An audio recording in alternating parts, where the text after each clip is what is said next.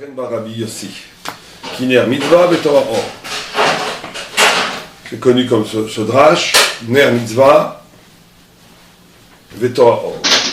Tala Katou et Mitzvah Bener Beta Torah Beor. Donc la Torah a dit que les mitzvahs c'est une bougie, les prescriptions, les mitzvot, les bonnes actions, c'est comme une bougie, et la Torah c'est la lumière. Donc il y a une correspondance entre la bougie qui amène la lumière, qui sont les mitzvot, et la Torah qui est la lumière elle-même. D'accord? Ok. Lomar lecha, maner eno magen ela lefi sha'a, af mitzvah ena magen ela lefi sha'a. Donc on va continuer un petit peu. Donc on dit que de la même façon qu'une bougie, elle n'éclaire que au moment où elle éclaire, elle est liée au temps. Af mitzvah ena megina ela lefi sha'a. Donc une mitzvah, on est toujours dans la sugya, dans l'élément de la protection, c'est-à-dire que la Torah protège, parce que la Torah ou les mitzvot sont le seder haolam, c'est ce qu'on expliquait la dernière fois, ce que le Maral explique tout le temps, que celui qui se trouve dans le sens du monde, il a toujours une force. Sur celui qui est dans le sens de la vérité, il a une force. C'est-à-dire trouver sa place, c'est ça qui te donne la force. Chacun a une place dans le monde.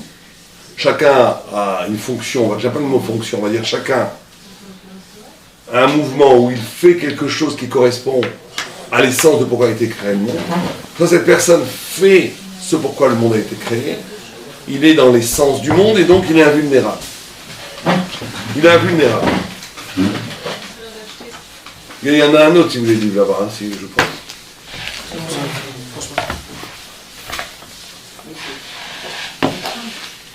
Ça c'est un concept très important, que la vulnérabilité n'arrive que dans une déficience de fonction.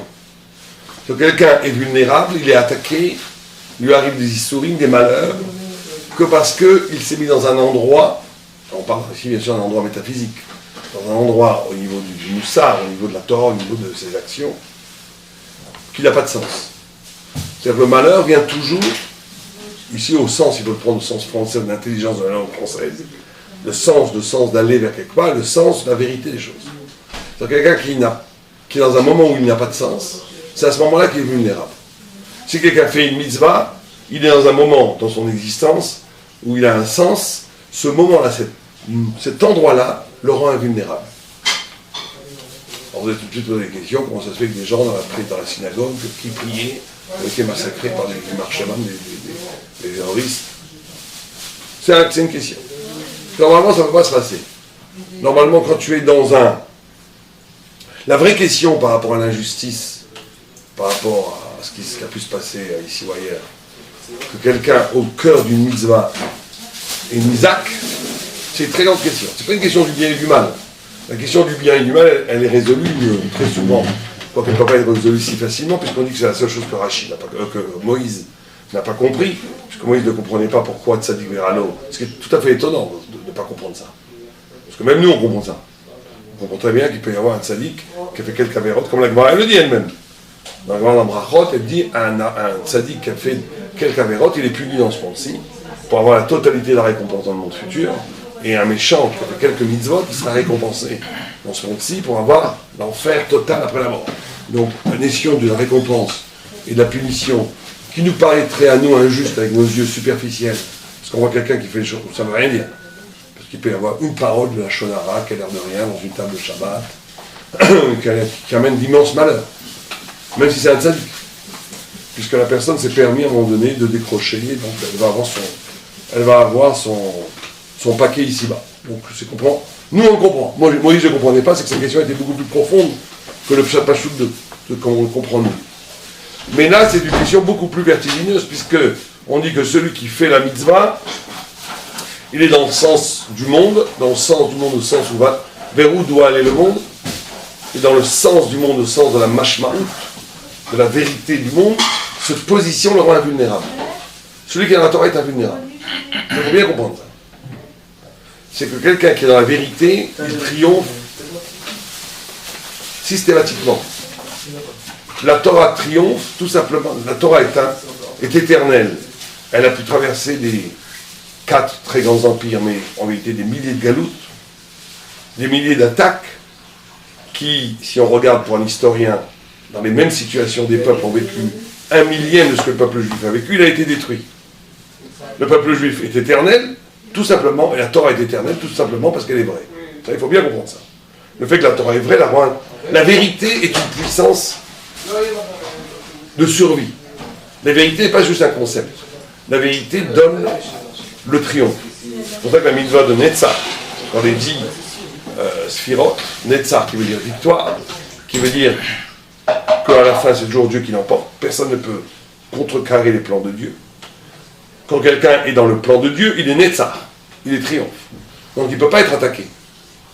Donc quand il est attaqué au moment de la mitzvah, c'est une très grande question. Je n'entends pas y répondre maintenant, on pourrait un jour parler de ça, on va sûrement en parler plus tard, mais ça rentre dans un développement qui n'est pas notre propos aujourd'hui. Mais il faut savoir que quelque chose qui n'est pas dans le plan d'Hachem.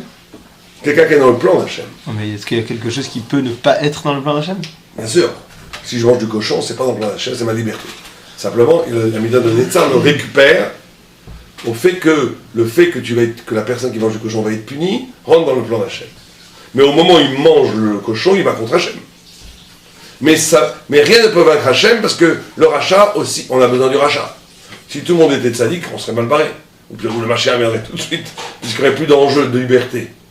Donc il faut qu'il y ait le rachat et le tzaddik pour que le tzaddik... Et il va être dans le plan d'Hachem par une récupération d'Hachem, quoi. Tout à fait. Et lui-même. Mais au moment où il le fait, il s'est mis hors du monde.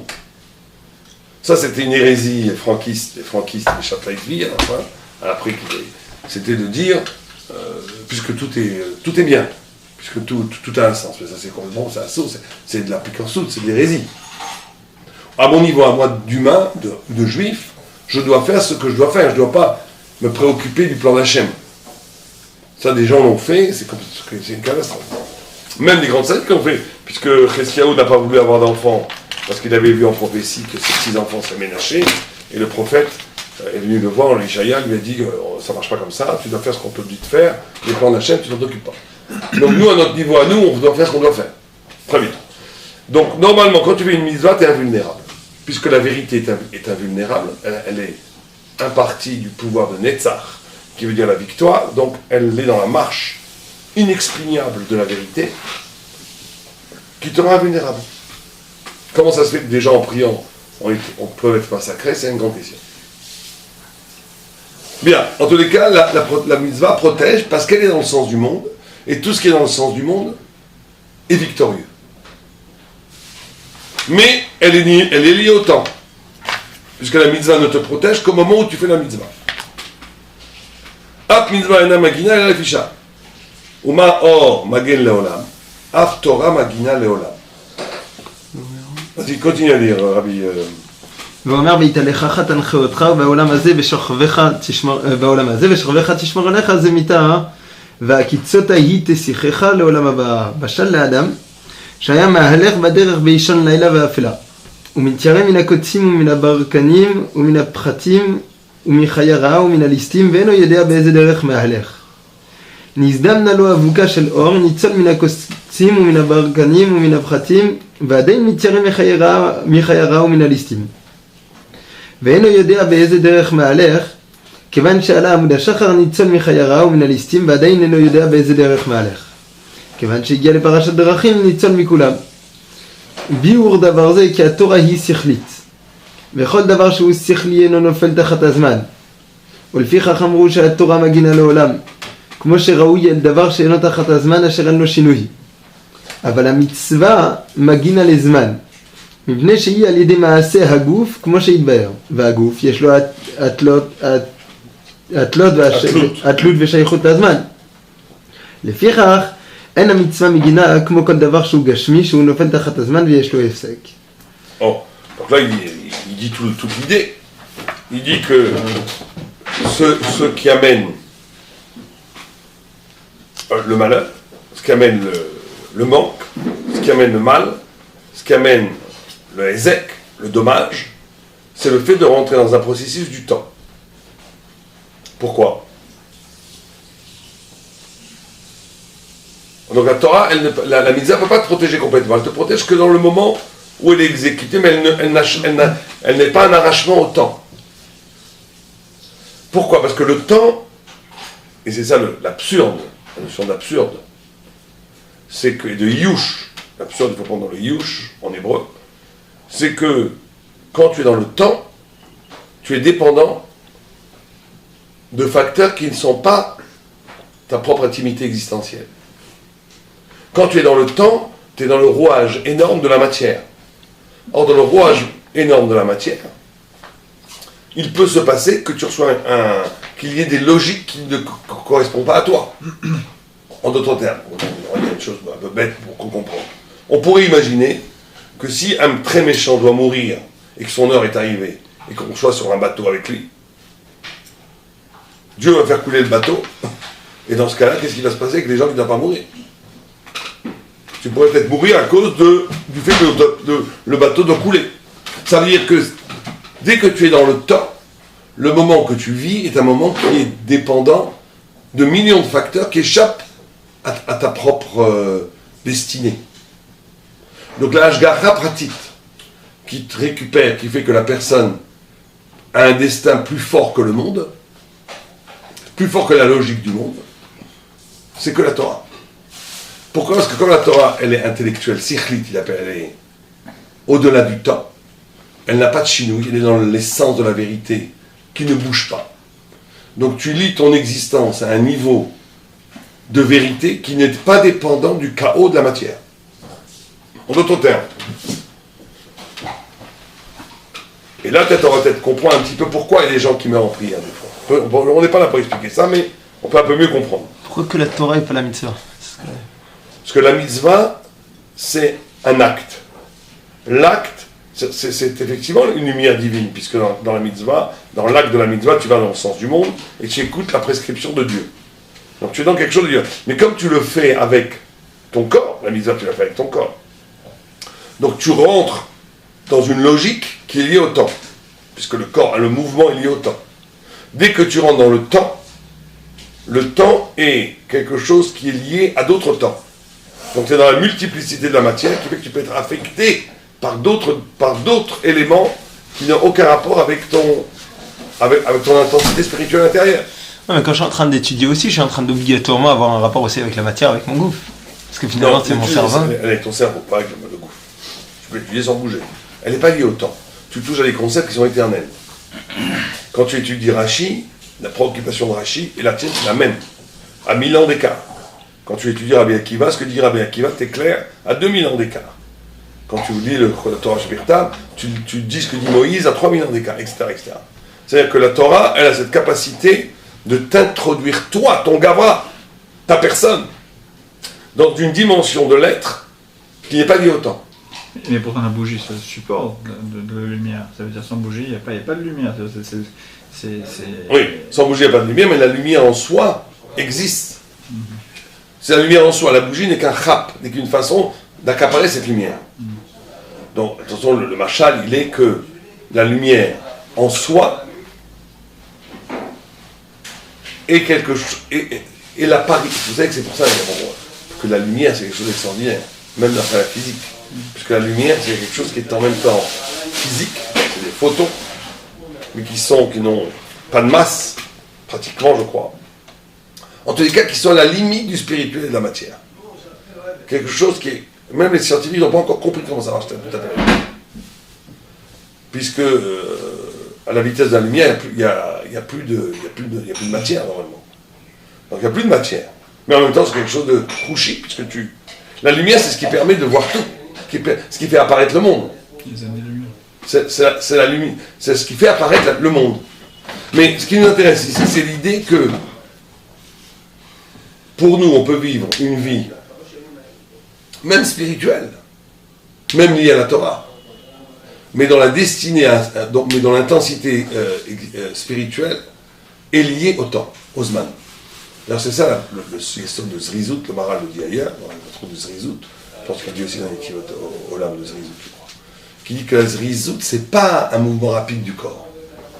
C'est pour ça que Am Israël devait naître en Égypte, Bechipazon, qu'il fallait qu'il sorte vite, parce que la naissance d'Israël devait s'inscrire dans un registre d'éternité, et pas dans un registre du rythme mondain, du monde. Parce que tout ce qui obéit à une logique du monde est périssable. Et que pour que le peuple juif soit éternel, il fallait que son arrachement à l'Égypte, qui est l'arrachement à la matière, se passe dans une zrizout, et la zrizout, la mida de zrizout. Je crois que si je me souviens bien, que Maral apporte le Pirkei Avot, le Pirkei Avot. Le Maral dans Derech Chaim, là-bas, dans Pirkei Avot. Oui, dans Pirkei Avot. Roef Shalom Verodef Shalom. Exactement.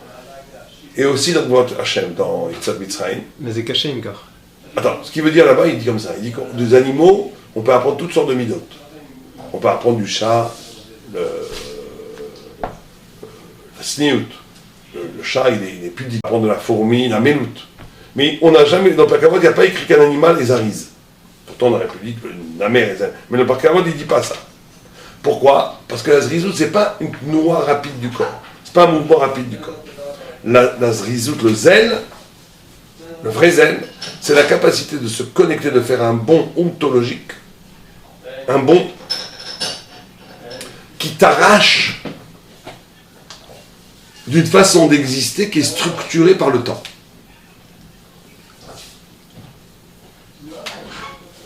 Ça, c'est très important. C'est-à-dire qu'on peut, Dieu préserve, être dans la yeshiva, être une agmara, être un très bon abraire, et n'a jamais avoir goûté à ce que c'est la zrizout. Parce qu'on est toujours dans le cheshbon, dans le calcul social de ce que je fais.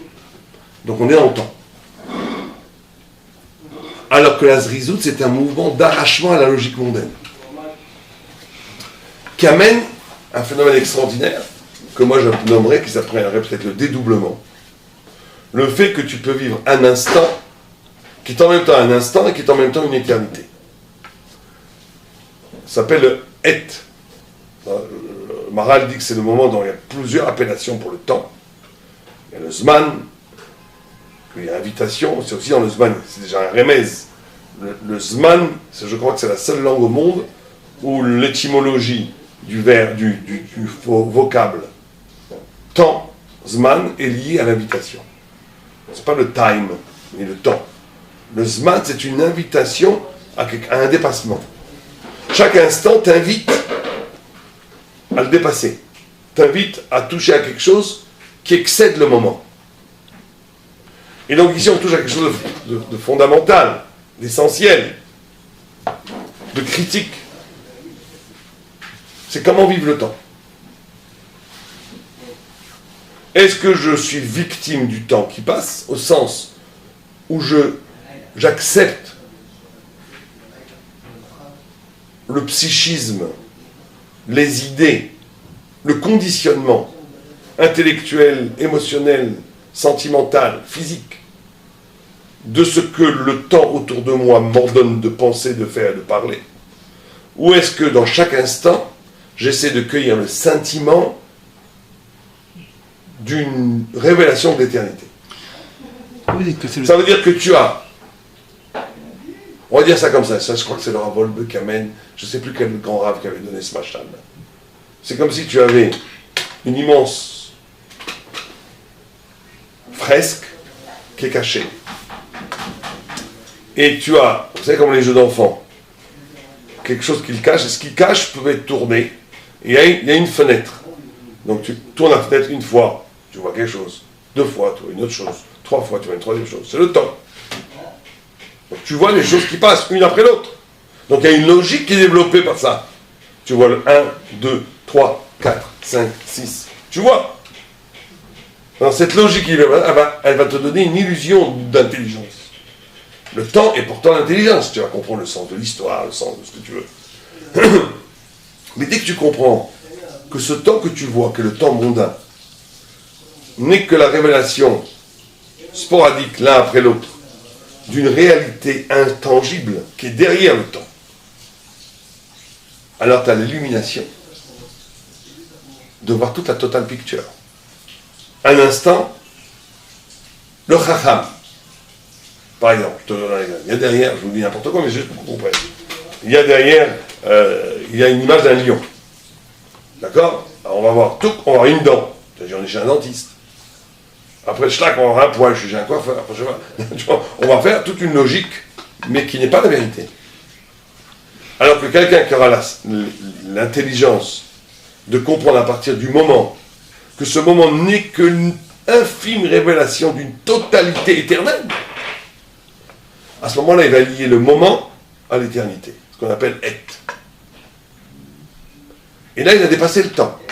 Il est en connexion avec quelque chose qui est intangible.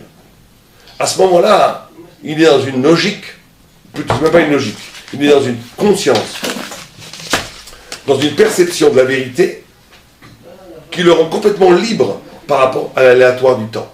À ce moment-là, il est en dvekout, en lien absolu avec la vérité divine, il est invulnérable. Ouais, qu'est-ce que tu voulais dire? Plusieurs choses. Déjà, pourquoi vous dites que le fait de pouvoir s'accrocher à l'éternité, ça lui permet aussi de... un rapport entre le temps et le fait de pouvoir être libre de penser. C'est-à-dire, je m'accroche à le temps, je m'accroche à l'éternité, mais c'est pas pour autant que je vais regarder le reste qui est en rapport avec que le monde va me dicter quoi penser, quoi voir, quoi dire, etc., etc. Si tu ne vois pas l'éternité, tu vas voir le monde tel que le monde te le montre. Donc, à travers le prisme du temps.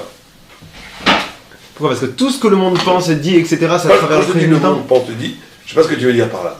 Il y a une façon de voir les choses qui obéit de façon inconsciente au temps. Bon, il y avait des philosophes qui disaient les deux catégories a priori permettent de percevoir la réalité, c'est le temps et l'espace.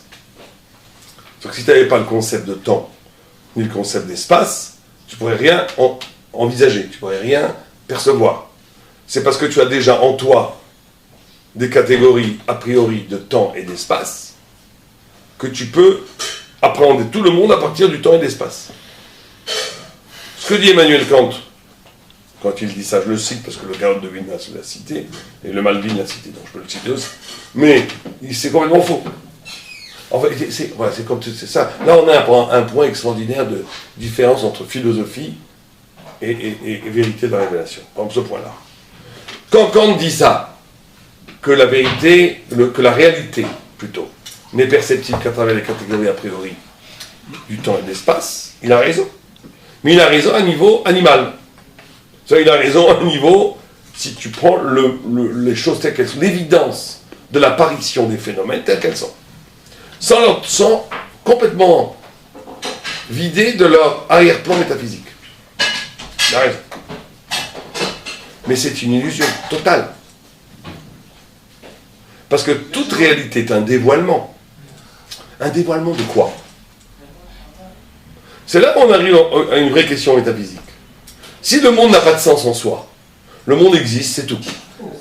Et que moi je perçois le monde. Alors, il a raison Kant. Le monde n'a pas de sens, donc il n'a que le sens de ma perception. Et donc mes perceptions passent par le temps et l'espace. C'est logique, c'est là, on ne peut pas combattre ça, très bien. Et si on te dit, mais pas du tout, c'est comme ça que ça se passe. Le monde matériel, et pas que le monde matériel, la totalité de l'être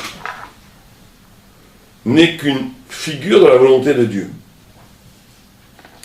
Comme toute figure de la volonté de Dieu, comme toute chose qui n'est pas un absolu, mais qui est le résultat d'une volonté, elle peut complètement changer par rapport à quelle perspective on le regarde.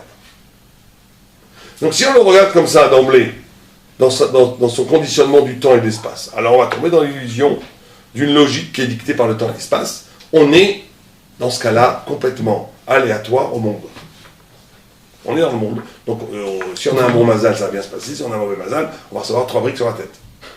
Mais si, c'est ça le pshat en mazal d'Israël. Mais si quelqu'un est capable, non pas de comprendre les choses à partir de cette articulation du temps et de l'espace, mais à partir du fait que le temps et l'espace que je vois sont la révélation de l'éternité qui donne naissance à ce temps et cet espace. Comme l'image qu'on a donnée d'une fresque est cachée par un jeu qui tourne et qui fait apparaître chaque fois des images différentes. Mais moi, je ne suis plus dans l'illusion, dans la fascination des images qui succèdent. Je commence à voir dans chaque image qui succède, je vois la total picture qui est derrière l'image, derrière l'écran. À ce moment-là, je suis connecté à la vérité intrinsèque de la totalité du monde. Or, au niveau de la totalité du monde, comme il dit, il n'y a pas de chinouille, il n'y a pas de mouvement. Donc je ne suis plus soumis aux aléatoires du mouvement. Ça, c'est que la Torah qui dit. Mais ça, c'est métaphysique. C'est une définition métaphysique et physique. Le temps et l'espace. Mais je pense pas qu'il y a. Est-ce qu'il y a une stira entre eux? C'est-à-dire qu'au niveau métaphysique, alors là, c'est vrai qu'il y a une illumination par la lumière et tout ça. On ne dit pas qu'il y a une stira. C'est un système que Dieu a créé. C'est sûr que nous, on perçoit les choses à travers le temps et l'espace. C'est évident.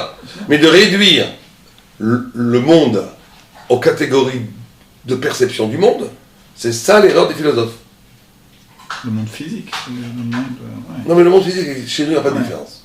Le monde physique, c'est aussi une création. Le monde physique, c'est aussi une révélation. Il n'y a pas de phénomène qui ne soit pas une révélation. C'est-à-dire, chez Akol, Nia Bedvaro. Davar, davar. En hébreu, le vocable davar, qui veut dire chose, et le vocable davar, qui veut dire parole, est le même. Pour te dire que chaque davar, chaque chose, est une parole. Chaque chose, le monde, Avraham Avinu, c'est ça qu'il a découvert. Le monde parle. Même la plus infime, quoi. Même la chose Tout la pas. plus... Il n'y a pas d'infime. C'est ça le tzaddik. C'est pour ça que le tzaddik est toujours curieux. Vous avez été voir Ephraim Keniowski une fois. Il vous regarde, il est curieux de savoir qui vous êtes. C'est ça qui est extraordinaire. Parce que chaque personne, chaque être, même un chat, il dit quelque chose. Mais ça, il dit quelque chose, pas parce que c'est joli, un petit chat, c'est sympa qui boit le lait. Parce qu'il y a dans le chat qui boit le lait une infime virgule du texte divin qui s'appelle la révélation. Et cette révélation, elle s'opère à double niveau, un par la Torah et un par la création. C'est pour ça que création et savoir sont intimement liés dans la Torah. Parce que la création elle-même est une révélation divine et le monde a été créé à partir de la Torah. Et c'est ça le chat de Istakla Moraïtan Varaitanma. C'est que le monde lui-même est la Torah, et la Torah c'est le monde. La Torah c'est plus que le monde, mais le monde c'est la Torah aussi. La Torah, c'est le décodeur. Ou on peut dire ça comme ça, moi je préférerais dire que la Torah te permet d'arriver à un niveau de conscience qui abolit le diktat du temps et de l'espace pour te permettre de rentrer en fusion avec une luminosité, une intelligibilité qui est éternelle et qui ne dépend pas des mouvements du temps et de l'espace. Enfin, si tu as compris ça, tu as tout compris. Si tu as compris ce que je viens de dire maintenant, tu as tout compris. Non. Le Maharal, dans Pirkei Avot, justement là-bas où vous avez cité, lui il ramène le pasuk de Ushmartem et Avatzot, Ushmartem et Mitzvot. Et Chahora, comme ça, moi j'ai toujours appris que chaque mitzvah qu'on est en train de faire, c'est chaque moment de mitzvah qu'on est en train de faire, Limud Torah ou Achilat Matzah, c'est un moment que je vais pouvoir vivre le Olam Haba. Donc c'est un moment du temps que j'ai pris, que j'ai sorti du temps et que je l'ai inscrit dans l'éternité. Alors les physés, pourquoi Dafka la Torah et pas le reste? Et en plus le pasuk qui dit Ushmartem et Matzot et Mitzvot. Alors pourquoi le pasuk qui me dit ça Dafka sur les Mitzvot et pas sur la Torah? Que dans le Ushmartem, on annule l'espace-temps au maximum. C'est ce qu'il dit d'ailleurs là-bas dans Rodev Shalom. Il dit pourquoi Rodev Shalom? Parce que chaque fois qu'il y a Shalom, c'est l'éternité. Alors on dit une Redifa parce qu'on annule le temps au maximum. C'est physé la main à un Evdel. Pourquoi il y a un Evdel entre la mitzvah? Dis-moi, toi, d'après ce qu'on vient de dire, tu devrais le dire toi-même. Je suis d'accord qu'il y a un rapport avec le temps, etc. Non, la mitzvah. La mitzvah, elle annule au maximum, et la Torah, c'est complètement d'or. Elle combat le temps au cœur du temps. Et la Torah, c'est un autre. La Torah, c'est pas ça, jamais aucun rapport avec le temps. C'est ça que c'est vrai qu'ici, il y a une difficulté logique dans le Maharal. C'est que d'un côté, il te dit qu'elle te protège la vie, bon, tu l'as fait. Et de l'autre côté, il te dit que quand il est lié au corps, elle ne te protège pas vraiment. Donc, de quoi protège la mitzvah? De quoi protège la Torah? Non, mais ce qu'il dit qu'il Si tu fais un peu du Yud là dans le texte, avant les grandes idées, il y a une stira à première vue dans la logique. Puisqu'il a dit la mitzvah, elle protège au moment où tu l'as fait, mais pas après. Alors que la Torah, elle protège tout le temps. Mais quand il explique pourquoi la mitzvah elle ne protège pas, il dit parce que c'est lié au corps. Donc même au moment où tu l'as fait, elle ne devrait pas te protéger.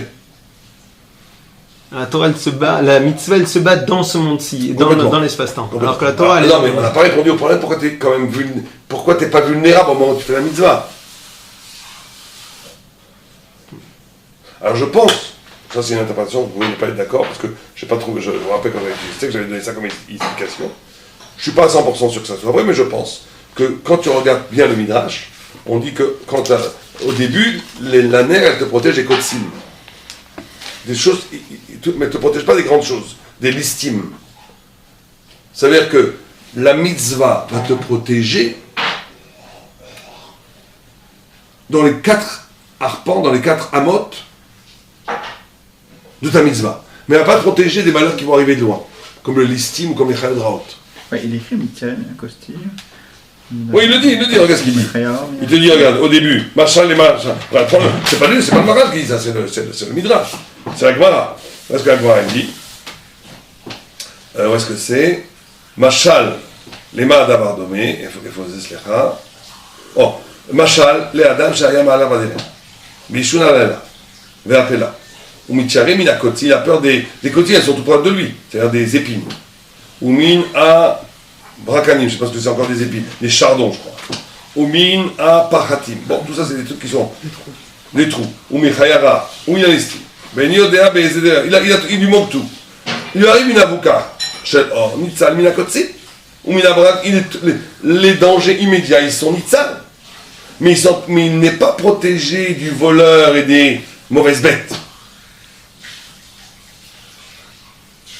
Donc, moi, je l'ai lu là, mais je vous dis ça, c'est l'interprétation. Je fais toujours très attention de vous dire quand c'est mon interprétation et quand est-ce que le Maral qui dit. Après, parce que quand c'est le Maral qui dit, c'est inattaquable. Quand ce que je dis moi, vous pouvez trouver d'autres interprétations, bien entendu. Donc, ce que dit ici le Maral, d'après moi, c'est qu'il dit que la mitzvah, elle te protège aussi, bien sûr. Mais elle te protège que dans le champ de l'action de la mitzvah. Elle ne va pas enlever, si tu fais une mitzvah, ça ne va pas enlever un obus qui a été envoyé avant la mitzvah. Je préserve, si quelqu'un envoie, si un Mechabel du préserve envoie un missile balistique qui va mettre 3 heures pour arriver, toi tu es en train de dormir quand il l'a envoyé, tu mets tes tefilines, ça ne va pas te protéger. Parce que la mitzvah va te protéger que dans le champ de l'action de ce que tu fais. Parce que tu as créé un espace purifié par la mitzvah. Mais ça ne va pas changer ton destin par rapport à l'économie générale de l'être, du monde. Si tu avais un mazik qui Dieu préserve, nous, tu étais destiné, avant que tu aies commencé la mitzvah, ça ne va pas t'aider. Ou même au moment où tu as commencé la mitzvah, mais que ce n'est pas dans le lieu de la mitzvah que commence la siba de ce mazik, tu ne seras pas protégé. Comme ça que j'ai expliqué à quelqu'un ce qui s'est passé. Alors, je fais très attention parce que je ne peux jamais donner d'explication à des tzadikim qui sont tués. Mais on ne peut jamais donner d'explication. On n'a pas le droit même, d'après moi. Mais en tous les cas, le Maral, il dit ça. Il dit que la mitzvah a une protection limitée. Donc si, avant même que tu aies commencé la mitzvah, était en route quelque chose qui devait te détruire, c'est pas évident que la mitzvah peut te sauver. Alors que la Torah, elle te sauve de tout, même le monde, la totalité par rapport à la Torah. Donc tu te mets en étudiant la Torah, tu t'échappes au destin du monde. Il n'y a pas de destin. En mazal d'Israël. En mazal d'Israël, quand tu es dans la Torah, pas forcément les mitzvot. Mais comment on va dire tout simplement que la manière dont la mitzvah est faite, parfois la mitzvah est faite de manière complètement intéressée, de manière complètement déformée. Ça ne parle pas de ça, c'est sûr.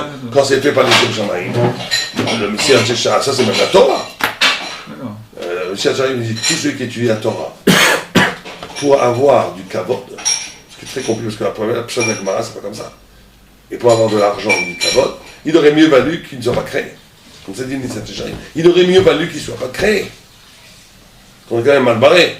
Parce que quand même la tentation d'étudier la Torah pour avoir du kavod, elle existe. Le kavod, c'est la pire des choses. C'est la chose la plus dure à combattre pour vous. Le kavod, c'est le Yetzara le plus fort au monde. Et de loin.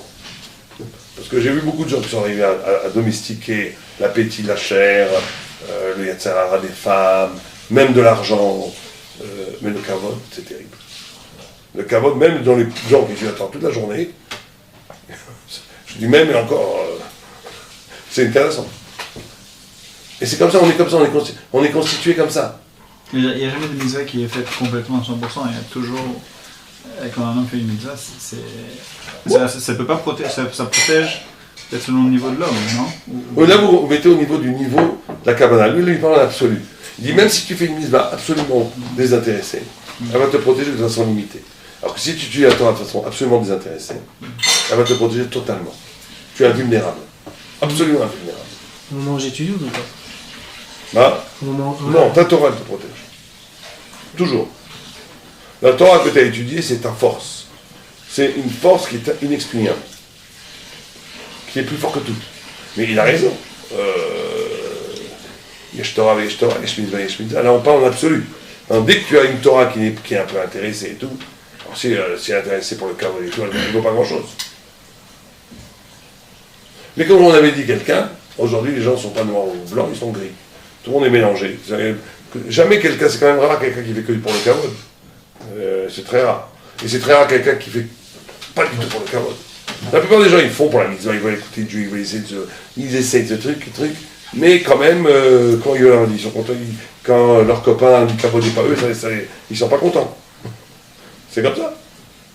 Moi je ne veux pas dire ça en public, mais je rigole, mais ça peut nous arriver à nous. Il y avait quelqu'un qui enseignait quelque part, et son grand problème c'est qu'il y avait un autre qui enseignait, et tous les barreaux allaient le voir à lui. Et ça leur rendait une vie impossible. Mais on rigole.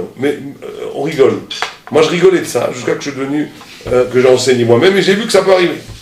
C'est-à-dire qu'il faut combattre ça. L'homme il est comme ça, l'homme il a un ego. L'homme il a besoin d'être aimé, il a besoin d'être apprécié. Dès qu'on apprécie quelqu'un d'autre en face de lui, ça l'énerve. C'est affreux, mais c'est comme ça. Et ça demande un travail énorme sur soi.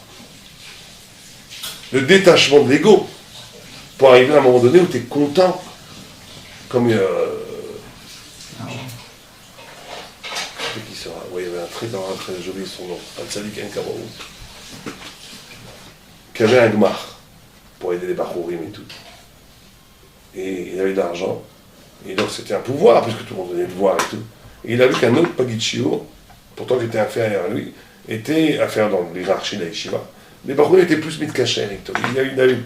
Il a dit, prends l'argent toi, parce que je crois que les Bachourim, ils sont plus avec toi. Ils auront plus de facilité à te demander qu'à moi. Donc je crois que ça c'est une gadloute, c'est ça la gadloute. La gadloute, c'est quand tu es capable de faire quelque chose pour le bien, pas pour toi. Ça c'est la très grande gadloute. Mais ça demande un travail énorme. Mais en tous les cas, mais là il ne parle pas de ça lui. Là vous parlez d'un point de vue de Moussa qui est très important. Mais il ne parle pas de ça. Lui, le Maral, il parle en absolu, en concept. Il dit même quelqu'un qui a un tzadikamo. Alors, normalement, s'il est tzadikamo, il a la Torah pour le protéger. Mais en tous les cas, non, mais des fois, des tzadikamo qui n'ont pas de Torah, qui sont des amaretsim, qui sont des tzadikamo, font des mitzvahs tout le temps. Mais ils ne savent pas étudier, ils n'ont pas de la tête. Eh bien, ils sont protégés comme on fait la mitzvah. Et Torah au Magna ou Matzla, c'est ça le pshat aussi ici? C'est la même chose. Donc, Magna be'ashat alimut, le Matzla. Okay. Mais bon, c'est vrai qu'il y a une différence quand tu étudies et tu n'étudies pas.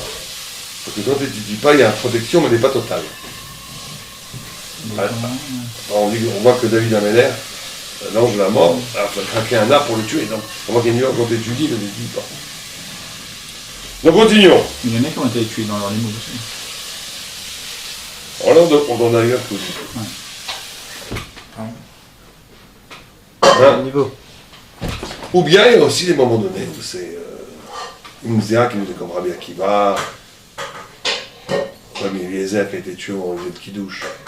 Oh, c'est encore des mitzvot, hein, tout ça. Ouais. Alors, je pensais aux jeunes de Merkava qui étudient. Ouais. On a les principes. Après on ne sait jamais pourquoi. Il y a aussi des exceptions qui confirment la règle. Hein. Il y a des fois Hachem décide de dire, on ne sait pas pourquoi. On comprendra qu'à la fin des temps. Il y a des gens, ils devaient mourir comme ça en de Hachem. On ne sait pas pourquoi. Très bien. Mais le principe, il est là. Oh. Donc il te dit. Donc, Kol davar sheu sichli eno nofel tachat hazman. Ça, c'est sa grande idée. Tout ce qui est sichli, ça veut dire purement intellectuel, le pur intellect, il ne dépend pas du temps, et comme il ne dépend pas du temps, il est invulnérable. C'est tout ce principe. L'efika amrou, שהתורה מגינה לעולם, כמו שראוי אל דבר שאינו תחת הזמן, אשר אין לו שינוי. אבל המצווה מגינה לזמן. מפני שעל ידי מעשה הגוף. C'est ce qu'on explique. שהגוף יש לו, on a vu tout ça, où est-ce qu'on s'est arrêté? ואמר בהתהלכך. Vas-y, continue. ואמר בהתהלכך וכו'.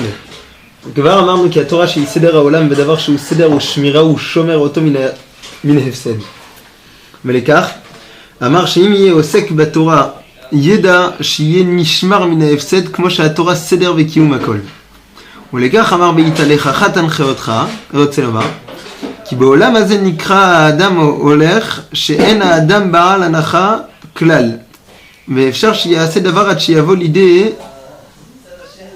עיבוד. ולכך התורה שהיא סדר המציאות שומרת אותו ומוליכה אותו שלא יבוא לידי ההיעדר. ולאחר מיתה, שהוא זמן הפסד, היא שומרת על האדם מן ההפסד ונותן לו המציאות.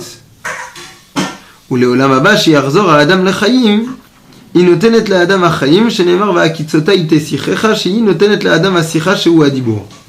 אבל המתים נקראים יורדי דומה, שאין בהם הדיבור, כל זה מפני שהתורה היא סדר המציאות, ולכך שומרת אותו מן ההפסד ונותן לו המציאות וההוויה בכל אלו 3 זמנים אשר אמרנו, ושומרת אותו מן ההפסד על ידי שדבק בתורה.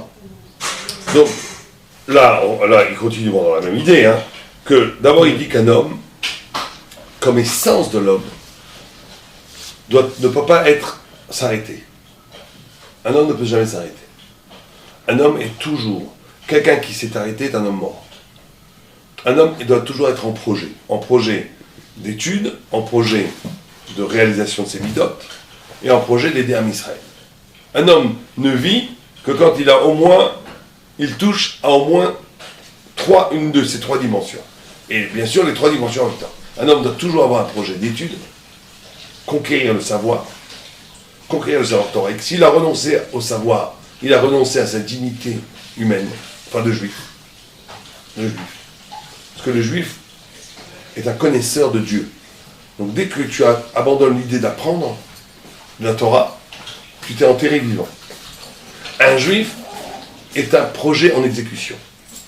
C'est pour ça qu'il n'y a pas tellement d'art dans le judaïsme, parce que les goïms, ils ont mis la sublime dans le fait de domestiquer la matière en lui donnant des formes esthétiques du sublime. Le juif a pris comme matière du sublime lui-même. C'est quoi le chef-d'œuvre du judaïsme? C'est Rabbi Akiva. C'est quoi le chef-d'œuvre du judaïsme? C'est le Rav Shach. C'est quoi c'est les grands rabbinim. C'est ça le chef-d'œuvre. C'est de faire un homme parfait. Un homme total. Et alors que passer son temps à prendre des statues, en faire des choses magnifiques, bon, c'est sympathique, c'est beau. Faire des dessins, moi j'aime bien les dessins, c'est la musique, c'est très beau. C'est le chen, d'accord, mais c'est pas pour le juif ça. C'est pour ça que l'art n'existe pas dans la Torah. Il n'y a pas d'art dans la Torah. S'il y a de l'art, c'est pour le Beth Amikdash, tout ça, mais c'est pas une valeur en soi. Parce que l'art est cette projection du sublime, de l'absolu, de la beauté parfaite dans la matière. C'est vrai que quand le non-juif fait ça, ce qu'il cherche au-delà de sa production artistique, c'est Dieu. Nous avons une théorie que même le plus grand athée, s'il a une pulsion artistique, ce qu'il cherche, c'est Dieu, toujours. Pourquoi Dieu? Il cherche l'absolu. Il ne veut pas dire Dieu, parce que comme les chrétiens, ils ont rendu ça tellement pas sympathique, qu'il se dit, moi je ne suis pas religieux et tout, mais en réalité, il cherche Dieu. Il cherche l'absolu. L'artiste cherche Dieu. Tous les grands artistes, et les grands philosophes, et les grands penseurs, et les grands musiciens, ils cherchent Dieu, pas autre chose. Ils ont le Tselem Elokim en eux, ils cherchent Dieu à travers la projection de cette sublimité dans la matière. Mais comme ils n'ont pas la Torah, les pauvres, donc ils sont un peu perdus. Ils sont dans le... Alors que le juif a pour vocation de faire la plus magnifique œuvre d'art qui soit pas œuvre d'art, qui est de lui-même créer être lui-même sa perfection. Ce qui lui demande 3 directions, toujours, savoir, parce que l'homme est un esprit, c'est au niveau du sechel, conquérir le savoir, la Torah. 2, les midot, au niveau du cœur. Est-ce que tu es parfait? Est-ce que on va parler du kavod? Tu as résolu ton problème du kavod? Tu as résolu ton problème de la libido? Tu es encore attiré par des bêtises? Est-ce que tu as résolu les problèmes de la radinerie, de l'égoïsme? Il y a assez de travail pour tout le monde. Donc ça, il faut travailler. Parfaire, devenir parfait à ce niveau-là. 3, Am Israël. On peut pas, quelqu'un qui passerait sa vie à vouloir devenir un Talmid Chacham et à devenir un tzaddik, à la fin il va arriver là-bas et il dit monsieur, on ne connaît pas ici. Pourquoi? Parce que monsieur, vous avez fait tout pour vous, on s'en fiche, on n'a aucun intérêt. Si tu le fais pour toi, pour qu'Am Israël ait un srout, ça va, mais il faut toujours avoir à l'actif de Am Israël et même à l'actif de l'humanité tout entière. Sinon on tombe dans une sorte de de sublimation de son propre destin. C'est affreux. Tu n'as de sens que comme élément du clan d'Israël. Moshe Rabbeinu, il a donné tout à Israël. Il n'y a pas chez nous l'ascète qui... Et s'il y a un ascète qui se coupe du monde, et même des autres, ça doit être dans sa pensée pour donner du srout à Israël. S'il ne fait ça que pour lui, c'est pour ça que pour devenir juif, la notion de Am Israël est essentielle. Qu'est-ce qu'on demande à un guerre? Un guerre qui dirait, un goy qui dirait, moi je veux bien convertir, toutes les mitzvot je fais tout ce qu'il faut. J'écoute les rabbins, tout ce que vous voulez. Mais moi, je veux rester un Danois dans mon île, j'ai aucun rapport avec le peuple d'Israël. Ce peuple est trop brouillant, il y a trop de problèmes, les Palestiniens, ça ne m'intéresse pas du tout. Je sais que toi, c'est la vérité. Moi, je veux rester un Danois ou bien un Islandais dans mon Islande, ne veut rien avoir à voir avec le peuple juif. Mais je veux faire toutes les mitzvot, tout ce qu'il faut faire, je le fais. C'est nul et non avenu, il ne peut pas être un guerre. Pour être guerre, c'est rentrer dans Am Israël. Aujourd'hui, on a le contraire, les gens qui veulent rentrer en Am Israël et qui ne veulent pas prendre les mitzvot. Ça aussi, c'est pas bon. Mais c'est plus rare le cas. Mais ce cas pourrait exister théoriquement. Ça ne marche pas. Pourquoi? Parce que l'identité, bien sûr que tout ça est lié, c'est parce que l'identité du juif est liée à la Torah, et que la Torah est le Seder HaOlam, comme dit le Maral, et que le Seder HaOlam est lié à toute la collectivité du peuple d'Israël, et même à toute la collectivité de l'humanité, qu'un homme qui se détacherait dans sa démarche spirituelle de la responsabilité qu'il a par rapport à Israël, et je répète, même sa responsabilité qu'il a par rapport à toute l'humanité, ne pourrait pas arriver à la plénitude de la connaissance et du type de la midote. Ça va ensemble, c'est une seule et même chose. D'accord? Mais revenons une seconde sur cette idée. L'idée que la Torah te donne ce pouvoir du dédoublement. Le dédoublement, c'est-à-dire que tu es capable de vivre un moment qui est dédoublé. C'est en même temps un moment qui est lié au monde, mais c'est en même temps un moment qui est lié à l'éternité. Ça, c'est fondamental. C'est le test du tzaddik. Le test de savoir si tu es dans un vrai rapport de vérité à la Torah, c'est ça. Est-ce que tu es en même temps dans le monde et tu es en même temps dans l'éternité? Batechad. C'est ça qui fait que tu es dans le vrai mouvement de Dvekut avec Akadosh Baruch Hu. Un tzaddik, il est en contact total avec le prochain. Dans le moment du problème, même s'il est très bas. Même s'il est très bas. Mais il a en même temps un rapport où chaque rapport le renvoie à Dieu, à la totalité des choses. Quand tu peux faire l'union entre l'instant et l'éternité, entre l'unicité de chaque visage et la totalité du peuple d'Israël, entre l'unicité de chaque instant et le sens absolu de tous les instants, tu es dans la clé de la révélation du tzaddik. C'est ça être tzaddik vraiment. Et tu vois tous les gdolim, du Rabbi de Lubavitch jusqu'à Rav Shach, en passant par les Breslav, en passant par ce que tu veux, tous les grands tzaddiks qui étaient comme ça, c'était des gens qui ont eu cet éternel souci de la Torah et du peuple juif. Parce que c'est ça la notion. La Torah, c'est l'éternité, c'est la totalité, c'est la vérité absolue. Mais tu ne peux pas sacrifier ton rapport à l'autre, ton rapport à l'instant, ton rapport au visage de l'autre. Et quand tu arrives à un certain niveau spirituel, le visage de l'autre te renvoie à l'absolu, et l'absolu te fait découvrir le visage de l'autre. C'est synergique, les deux vont en même temps. D'accord? Ça, c'est très, très important. Dans chaque chose, il arrive à trouver et à voir l'image de Dieu. C'est pour ça qu'il pourra même être en compagnie de personnes qui vont être beaucoup plus basses, mais il arrive à voir Dieu à travers ça. C'est la même chose par rapport à la relation avec la matière. Ça veut dire qu'il pourra très bien manger Shabbat, mais dans sa nourriture de Shabbat, il trouvera Dieu. Ouais. Alors, est-ce que... C'est parce qu'il dépasse le psychisme, le psychologique, l'émotionnel. C'est pour ça que c'est très difficile. Un tzaddik qui voit, très souvent, le tzaddik il est intelligent aussi d'habitude. Donc il voit le gars il vient, il a un problème. On voit tout de suite qu'il a un problème ce gars-là. Il vient t'embêter avec ses questions. Il y a plein de gens, tu sens qu'il a un gros problème celui-là. La façon là, tu vois, c'est de dire au gars, t'as un problème, tire-toi d'ici, qu'est-ce que tu me veux, va te faire soigner, reviens me voir. Mais celui qui est en relation avec Dieu, il dit, comme dans la Guérette à Ramban, cet homme-là a été créé par Dieu, il a un sens. Je ne peux pas tomber directement dans l'agacement que me provoque l'autre. Le fait que je le rencontre, ça a un sens qui dépasse complètement la rencontre. Et donc, tu n'es plus dans la réaction émotive de l'énervement et tout. Tu es dans un autre rapport. Rav Miller, il disait l'essence du moussard. Qui? Rav Miller, c'est pas Rav Miller, d'Amérique. Il a eu une phrase magnifique. Il dit l'essence du moussard, c'est de ne pas réagir. C'est de ne pas être dans le réactif psychologique. Tu frappes un chien, il te mord, tu donnes un sucre, il te lèche. Le tzaddik, c'est celui qui n'est pas dedans. Il donne un sens métaphysique à chaque relation émotionnelle. Quelqu'un t'insulte, un vrai tzaddik à la vie qui t'insulte, tu lui dis répétez, attends, Dieu est en train de me dire quelque chose, voilà, ça m'intéresse. Répétez, il n'est pas du tout.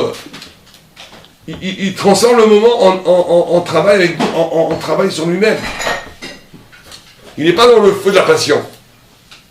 Bien, continuons. Alors, à un moment, c'est le tzaddik... Attendez, mais il dit quand même, il faut quand même commenter ce qu'il dit. Il dit aussi que la Torah te donne la vie. La vie dans ce monde-ci et la vie après la mort. La seule mitziout qui reste, et ça c'est effrayant, ça. Quand on pense un peu à ça, c'est effrayant.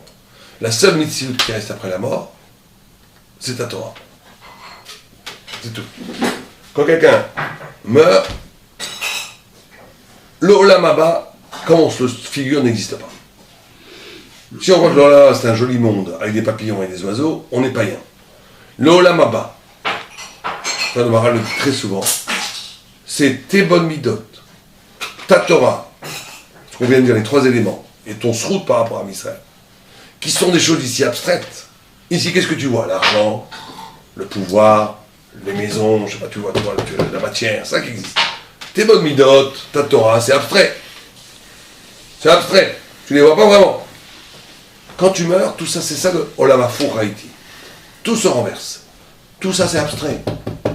La matière, l'argent, c'est rien. C'est rigolade, tout ça. C'est la fumée. C'est vraiment de la fumée. Qu'est-ce qui reste? Éternellement, pour toi, qu'est-ce qui reste? Ta Torah, tes midot, ton souhait que tu as fait à Israël. C'est tout ce qui est. Et c'est ton habitacle. C'est pour ça qu'il n'y a pas écrit Olam Haba, il y a écrit Olamo. Connais Olamo. Son monde à lui. Olamo, ça veut dire ce qu'il a bâti comme spiritualité à l'intérieur de lui devient son évidence, son habitacle après la mort.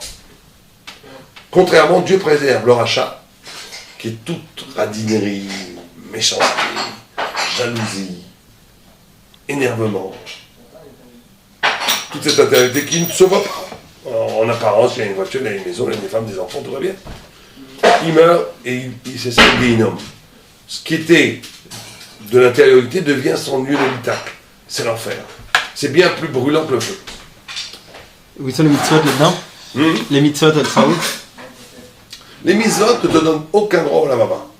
Le mitzvot, c'est les meubles que tu as au Olam Haba. Comme ça, la Torah, les mitzvot ne s'acquièrent. Le Olam Haba ne s'acquiert que par la Torah. Au point où la Gemara pose la question. Le Makaïzakro. Les femmes qui n'étudient pas la Torah, comment elles peuvent avoir le Olam Haba? Et elles répondent une réponse un peu bizarre. Puisqu'elles répondent qu'elles ont le Olam Haba en accompagnant les enfants en attendant leur mari qui est la Torah. Ce qui a premièrement vu une grosse couchia. Qui est une mitzvah. C'est une mitzvah. Comment elle gagne le Olam Haba? Que je vous dis, vous aurez pouvoir répondre maintenant. Parce que c'est une mitzvah qui est rattachée à la mitzvah de la Torah. Toute mitzvah. Il y en a qui disent ce que tu dis. J'aime pas du tout ce commentaire. Parce que tu es shoot à foot comme ça. Ça veut dire que tu fais une mitzvah mais qui est de la Torah. Donc tu as le Olam Haba. Ça ne peut pas marcher. Parce que toutes les mitzvahs, tu as la Torah. Si tu n'as pas les tefilin, tu n'as pas la souka, tout est lié à la Torah. Non, c'est que je permets que mes fois liés du limud de la Torah. C'est comme quelqu'un qui donne de la tzedaka, il y a une différence entre donner de la tzedaka pour le... Je ne veux pas aller contre ton commentaire. Ton commentaire, il est écrit noir sur blanc sur certains méfarchim. Tout à fait acceptable. Mais je trouve que ça ne l'explique pas. Il y a un paradoxe qui explique en réalité la chose de façon extraordinaire. Il dit Aish les filles à l'élo. Un homme, tu veux connaître un homme? Vois ce qu'il admire. Demande-lui ce qu'il admire. Dans les chinois, là, pour ceux qui veulent savoir qui est quelqu'un, ne lui demande pas ce qu'il fait, demande-lui ce qu'il admire vraiment. Un homme, par rapport à ce qu'il admire, il révèle son intimité. Si quelqu'un, il étudie, et le Rabbi Yonah, il dit une chose très terrifiante. Il dit, si quelqu'un, il connaît chasse les poskim, c'est les mots du Rabbi Yonah, dans la Shonazah, il connaît chasse les poskim. Et qu'il voit un riche, très riche, il est excité. Ça l'intéresse, tu vois. Il voit un Talmid Chacham. Nous, on connaît, toute la journée, on voit des Talmid Chacham. Je ne suis pas excité du tout. Un autre, il dit qu'il ne connaît rien du tout, qu'il n'étudie pas la Torah. Il voit un riche, il dit, oh, il m'en fiche. Il voit un Talmid Chacham, ça l'intéresse. Il se lève, il donne du kavod. Il dit le deuxième, Hacheni, comme ça il est écrit dans son Hachon Hazar. Il dit Hacheni, il ne dit pas le Ter Tzadik. C'est pas chaud que l'autre est plus le Ter Tzadik. Parce qu'il a la Torah, l'autre il n'a pas encore la Torah. Il dit Hacheni, Arbe Yoter Karov, la Torah, mais Arishon. Comment il est Yoter Karov, mais la Torah, mais Arishon? Le premier il connaît toute la Torah, l'autre il connaît rien. Parce qu'il dit, comme ça explique le Paradis 5, Aish Tefime Alelo, que la connaissance réelle, c'est pas ce qu'on croit nous ici. La connaissance réelle, c'est pas l'emmagasinement des savoirs dans le cerveau. La connaissance réelle, c'est combien tu as sacrifié pour. Qu'est-ce que tu as sacrifié pour la Torah? Combien tu as été prêt à donner pour comprendre? Combien tu as été mis à l'aile? Tu as donné de l'honneur. La Iloul, c'est parce que tu es prêt, quand tu respectes quelque chose, tu es prêt à souffrir pour que cette chose soit protégée. Tu es prêt à donner. Tu es prêt à donner. Tu es prêt à sacrifier. La seule Torah qui te reste après la mort, c'est la Torah pour laquelle tu as sacrifié. C'est pour ça que la Hamelou ta Torah, c'est pas juste une condition extérieure, c'est l'essence de la Torah. Si tu étudies la Torah avec pâte, melach, c'est pas aussi extérieur, c'est l'essence de la Torah. La Torah, elle ne s'étudie que quand elle est proportionnelle à ton sacrifice. Je t'ai filmé à l'élo. D'après ça, on comprend tout. On comprend. Bon, Rabbi Elazar ben Dordaïa, vous connaissez l'histoire. Il est mort, il est mort. Pourquoi il est mort? Comment il y a eu là-bas? On l'appelle Rabbi. On l'appelle Rabbi. Rabbi Mouzman, Rabbi Elazar ben Dordaïa, le Chayol là-bas. C'est pas un Rabbi, il connaît rien. Il connaît tout. Parce qu'il a été prêt à mourir pour la Torah. Donc il a été prêt à sacrifier sa vie pour la Torah. C'est un kinyan. Le savoir, c'est combien tu es prêt à donner pour la vérité. Une femme qui est prête à sacrifier sa vie pour que ses enfants étudient la Torah, elle a tout compris. Ah, elle n'a pas compris Tosfot, c'est vrai, mais elle a tout compris. Elle a compris l'essentiel. Donc c'est un kinyan Torah, c'est pas du moussar, c'est une chorma. C'est une chorma, c'est pas du moussar. Et là, allez-nous, contrairement, tu peux avoir des gens, des Rosh Kolel, qui ont étudié toute la journée, qui connaissent tout le chat, ils arrivent au Lamama, ils sont sûrs d'avoir un super Lamama. On arrive, on dit, monsieur, on ne vous connaît pas ici, comment vous ne connaissez pas? Et voilà. On ne vous connaît pas. Comment vous ne connaissez pas? Je suis Rosh Kolel là-bas, vous ne connaissez pas? Monsieur, on ne vous connaît pas ici, c'est que vous n'êtes pas inscrit sur les livres. Pourquoi? Tout ce que vous l'avez fait pour vous n'avez jamais rien sacrifié. Tout ce que vous avez fait, c'est pour le kavod, pour l'argent, pour avoir du respect, parce que vos parents vous ont dit que ça vous l'avez fait. Vous n'avez jamais sacrifié. Chaque fois que vous étiez entre un sacrifice et Torah, vous avez choisi de ne pas faire le sacrifice. Vous n'avez rien. Ou alors, c'est vrai qu'on vous voit, on ne voit pas que vous avez des avérotes. On ne va pas vous mettre en enfer, on va dans le vide sidéral. Vous allez tourner comme une planète. Voilà, les planètes qu'on voit, c'est des stadiques qui ont rien sacrifié. C'est le vide sidéral, là. Ils n'ont rien sacrifié, ils n'ont rien.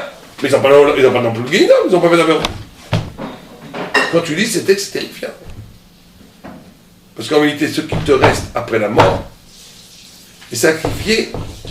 C'est ça. C'est qu'à un moment donné, tu fais la chose. Ça t'embête de la faire, mais je la fais. Parce que je suis obligé, c'est la Dieu que je le fais. Je suis obligé de le faire. Ça ouvre les portes, non seulement de la bracha, mais ça ouvre les portes de Olam Haba. Et ça ouvre les portes de la connaissance. C'est ça qui ouvre les portes de la connaissance. C'est pour ça c'est ça le grand miracle. C'est pour ça que tu n'as jamais vu un grand Talmid Chacham qui n'était pas un tzaddik. Et tu n'as jamais vu un rachat qui était un Talmid Chacham. Au point que j'avais fait un pshat, une fois, je sais aussi, ça c'est moi qui le dis, mais je pense que c'est vrai, que Menouval Bereshut Torah, on m'a dit qu'un Menouval Bereshut Torah, il peut y avoir des affreux jojo qui sont dans la Torah. Moi je dis qu'ils sont devenus Menouval après. Qu'ils n'ont jamais pu acquérir la Torah s'ils n'avaient pas fait un travail de midot avant. Au moment où ils ont acquéri, ou acquis, je ne sais plus, la Torah, ils étaient tzaddik, c'est impossible sinon. Tu ne peux pas avoir la Torah si tu n'as pas purifié tes midot. C'est impossible. Après, il s'est fait avoir par le kavod, par les femmes, par l'argent, par tout ce que tu veux. Mais c'est devenu un Menouval. Mais au moment où, il n'a pas pu être Reshut Torah s'il n'était pas un tzaddik, c'est impossible. Reshut Torah, c'est pas ça le pshat, non? Hein? Le pshat, c'est le rôle des avocats, quoi. De tout faire d'après la Torah, mais Oui, mais comment il est Bereshut la Torah? Parce qu'il fait pas d'Avera. Non, mais on voit que c'est un maître Torah, le gars. Il connaît la Torah. D'accord, mais il fait pas quelque chose, il fait pas d'Avera quoi. On va pas prendre la Torah comme des maths? C'est des maths, c'est Non, non, Celui qui veut, il peut pas. je suis sûr que non. comme du Moi, je l'ai vu quand j'enseignais à Gemara, à des Malchoura. Je l'ai vu. Je l'ai vu plein de fois, des milliers de fois.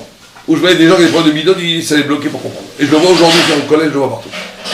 À un moment donné, pour arriver à même un petit niveau de connaissance, les midot te permettent ou t'empêchent de comprendre la Torah. Moi, je ne pense pas quand la Gemara dit Bereshut la Torah, on ne parle pas d'un petit rigolo, on parle de quelqu'un qui connaît vraiment la Torah. Or, pour ça, il a fallu qu'il soit à un niveau spirituel. Tu vois que c'est une ouvda depuis 3000 ans, que tu n'as pas un immense Talmid Chacham qui est un rachat. Et que tu n'as pas un immense Talmid, tu n'as pas tous les grands de la Torah. La Scala. Chez les filles, c'est tous des nuls. La Scala, ce qui paraît au tout début de la Scala, les mecs ils devaient connaître au minimum chasse postim. Attends, mais la Scala, c'était des tzadikim au début. Ceux qui ont fait la Scala au début, c'était, ça dépend qui, je te parle. Moi je connais très bien le monde de la Scala. Tu en avais plein à papa et tout, c'était des gens, au début, qui étaient des tzadikim, des grands Talmidei Chachamim. Simplement, ils ont été, à un moment donné, ils sont tombés, parce qu'ils ont été fascinés par la beauté esthétique. La Scala, tu peux la résumer. Le chen.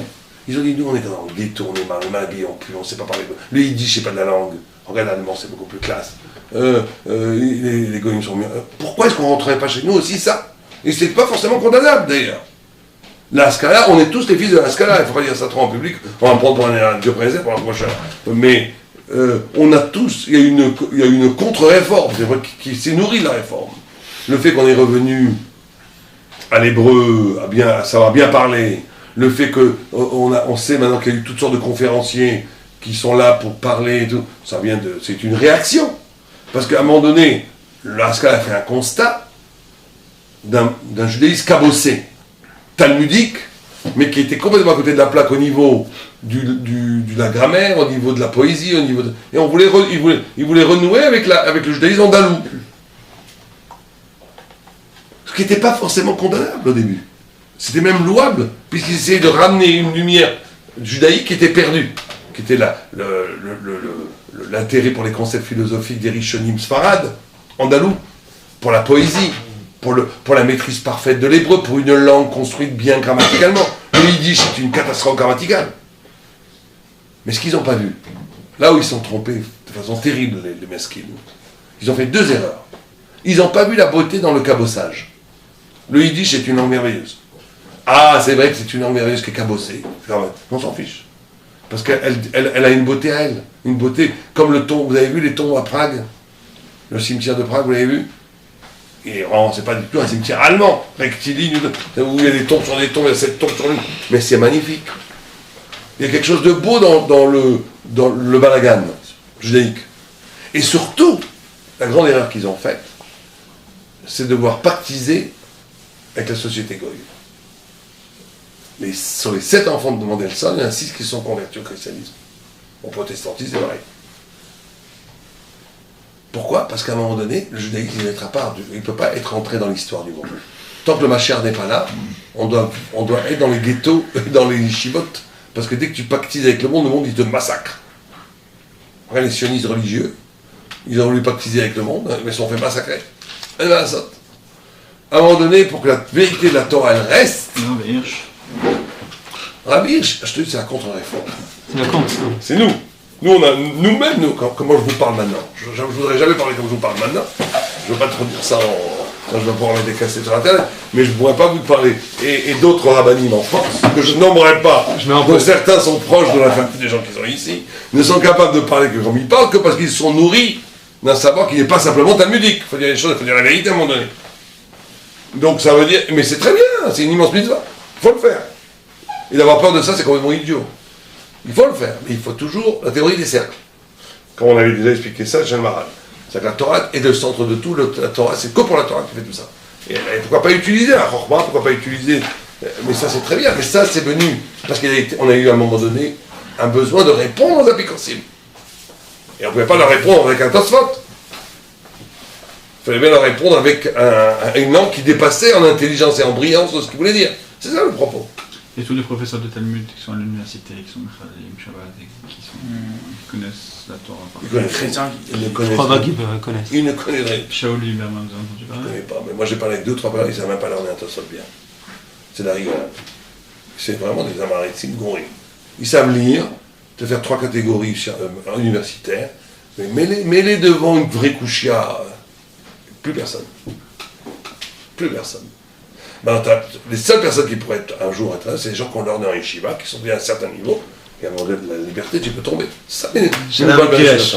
Hein? Exactement, Shalom Viresh. Ça, c'est le plus dangereux. C'est le plus dangereux. Ça n'existe pas, quelqu'un qui arrive à un niveau de Torah, qui a toujours été Avikorus, qui a toujours achat. Ça n'existe pas. Moi, j'en ai jamais vu. Et je pense que ça n'existe pas en soi. J'en ai jamais vu. Ils sont tous des grands rigolos. Ils sont pas sérieux, ces gens-là, tous les conservatifs et tout. C'est des gens d'une nullité intellectuelle, mais terrible. Une fois, j'avais dit à un conservatif, je lui ai dit, mais attendez, si vous étiez la vérité, votre truc là, soi-disant tellement ouvert, je pensais que vous n'avez pas créé un livre intéressant. Parce qu'ils n'arrêtent pas de pomper nos livres, c'est ça le pire. Ils critiquent l'orthodoxie toute la journée. Mais ils lisent Rav Kook, qui était quand même un orthodoxe, toute la journée. Ils lisent Raphaïm, ils lisent le Paradis de Tzrak, ils lisent le Maral de Prague. Je dis, mais attendez les amis, si vous étiez... C'est vous qui... Nous, on devrait vous piquer. Vous nous piquez, nous... Si on est si affreux, comment ça se fait qu'il n'y a que nous qui créons des concepts des vérités? Et vous êtes toujours en train de nous piquer pour nous déformer. C'est qu'il y a un problème. Et c'est comme ça. Il n'y a pas un seul livre qui est intéressant. Je ne veux pas trop le dire non plus, mais il y a des livres que les goïms ont créés qui sont intéressants. Nietzsche, c'est intéressant. Kant, le Malbim a dit que c'était intéressant. Le Gaon de Vilna a dit que Kant c'était intéressant. Donc là, tu n'as pas besoin d'être à la Torah pour créer ça. Tous les hérétiques juifs n'ont jamais créé un livre intéressant. Et celui d'Amsterdam. Bon, Amsterdam, c'est pas la Torah. Lui, il a créé une philosophie. Il y a des juifs philosophes qui ont des choses intéressantes, qui servent à créer un système très intéressant, mais c'est pas du judaïsme. Moi, je parle de quelqu'un qui propose une alternative au judaïsme et qui se présente comme le judaïsme, soi-disant plus vrai que le nôtre. Je me dis, si c'était vrai, alors moi, montrez-moi un concept qui est intéressant. Vous ne reprenez que des blabla de la pensée commune, du politically correct, il faut s'aimer, il faut être gentil avec tout le monde. Très bien, c'est nul et non avenu, la démocratie, nul et non avenu. C'est d'une médiocrité intellectuelle à ras les pâquerettes. Ils n'ont rien dit. Et tu les entends, c'est n'importe quoi ce qu'il y a là. Ils ne tiennent pas la route du tout. Bon, on n'a pas le temps de continuer, dommage qu'on s'arrête au milieu.